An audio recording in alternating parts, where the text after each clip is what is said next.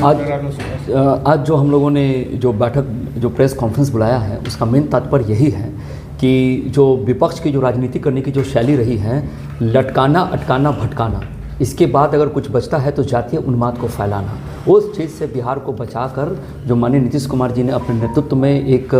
रथ पे बैठाकर, अर्जुन को रथ पे बैठा के कृष्ण के दिशा दिखाकर जो बिहार को बचाया, इसका एक प्रमाण आपको दिया जा सकता है केंद्र सरकार का कि केंद्र सरकार ने कुछ दिन पहले अपने पिछले कार्यकाल में 10% एक EWS आरक्षण लाया गया था। उस आरक्षण में भी केंद्र सरकार जो लेकर आई थी तो किसी के बीच में न मतभेद हुआ न किसी में मनभेद हुआ, ये एक जानने वाली बात है।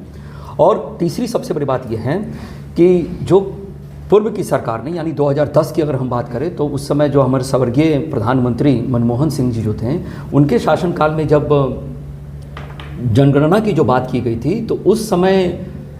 केंद्र में गृह मंत्री पी चिदम्बरम जी, आप लोग को ध्यान में होगा, उन्होंने विरोध किया था, जनगणना में जाति की गणना को विरोध किया था। जैसा कि माननीय प्रवेश जी ने भी इस बात को बताया कि वो विपक्ष क्या कर रहा है। ठीक उसी तरह उन्होंने एक सर्वे जरूर करवाया जिसका नाम है SECC, जिसमें लगभग 4,893 करोड़ रुपए खर्च हुए और उसका रिजल्ट जो देखा जाए उसमें खामियां आई, 8,19,00,000 खामियां आई। इसका तात्पर्य यह है कि जो हज़ारों करोड़ रुपए जो देश का जो दिया गया वो हमारा बर्बाद हो गया। जैसा कि हम सब जानते हैं कि 1931 से 31 तक जाति जनगणना हुआ करती थी। उसके बाद 41 में जब जनगणना के साथ उस रिपोर्ट को जमा करने की जब बात आई तो उस समय किसी कारणवश जमा नहीं किया गया, लेकिन 51 से 2011 तक जो बातें लिखी जाती थी और बताई जाती थी जनगणना को लेकर, उसमें लगभग आपको जानकर आश्चर्य होगा कि SC ST का ही डाटा दिया जाता था और OBC अन्य पिछड़ा वर्ग का डाटा कभी नहीं दिया जाता था। ऐसा इसलिए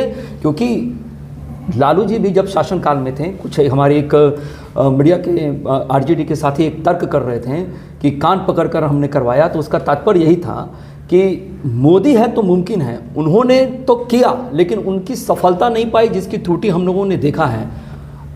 और जहाँ तक सवाल उठता है कि एक देश एक राष्ट्र की जो हम भाषा बोलते हैं और जो क्यों कराना है, इसको कराना क्यों आवश्यक है, संघ ने भी इस बात को 2024 में कहा था कि ये हम डाटा बट लेंगे लेकिन इसकी इस्तेमाल सही दिशा में होनी चाहिए, इसका इस्तेमाल उस दिशा में नहीं होना चाहिए जिससे समाज के अंदर कोई असंबंध फैले। जी।